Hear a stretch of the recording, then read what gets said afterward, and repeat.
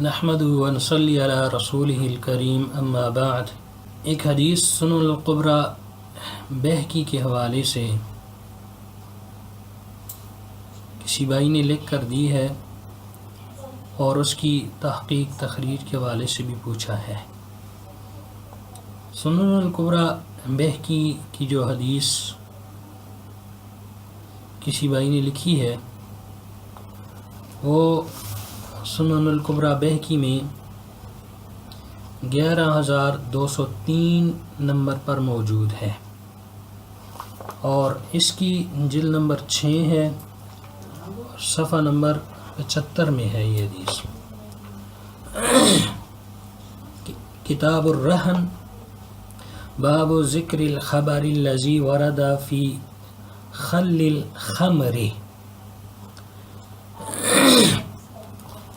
اور یہ جو کتب خانہ رشیدیہ نے سنن الکبریٰ بہقی چھاپی ہے اسلام منصور عبدالحمید کی تحقیق کے ساتھ، اس میں موجود ہے۔ حدیث سیدنا جابر رضی اللہ تعالیٰ عنہ سے مروی ہے، وہ فرماتے ہیں قال رسول اللہ صلی اللہ علیہ وسلم ما اکفر اہل بیت من ادم فیہ خل وخیر خلکم خل خمرکم۔ یہ حدیث ہے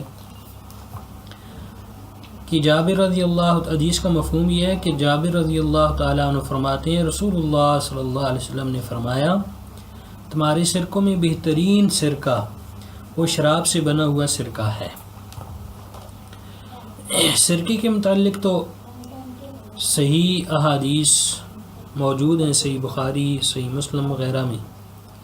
اللہ کے نبی صلی اللہ علیہ وسلم فرماتے ہیں کہ بہترین سالن وہ سرکہ ہے، لیکن اس حدیث میں جو یہ الفاظ ہیں وَخَيْرُ خَلِّكُمْ خَلُّ خَمْرِكُمْ کہ تمہارا بہترین سرکہ شراب کا سرکہ ہے، یہ حدیث ان الفاظ کے ساتھ ضعیف ہے۔ خود امام بہقی رحمہ اللہ اس حدیث کو ذکر کرنے کے بعد اس حدیث کے متعلق فرماتے ہیں ھذا حدیث واہی کہ یہ حدیث کمزور ہے، والمغیرۃ بن زیاد صاحب مناکیر، اس حدیث پر امام بہقی رحمہ اللہ نے خود جرح کر رکھی ہے۔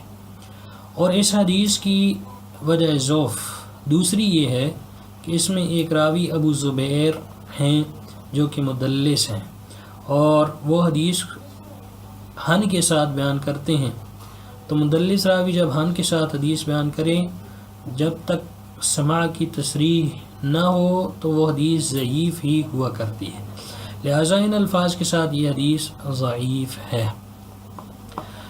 ھذا ما عندی واللہ اعلم بالصواب، صلی اللہ علی النبی۔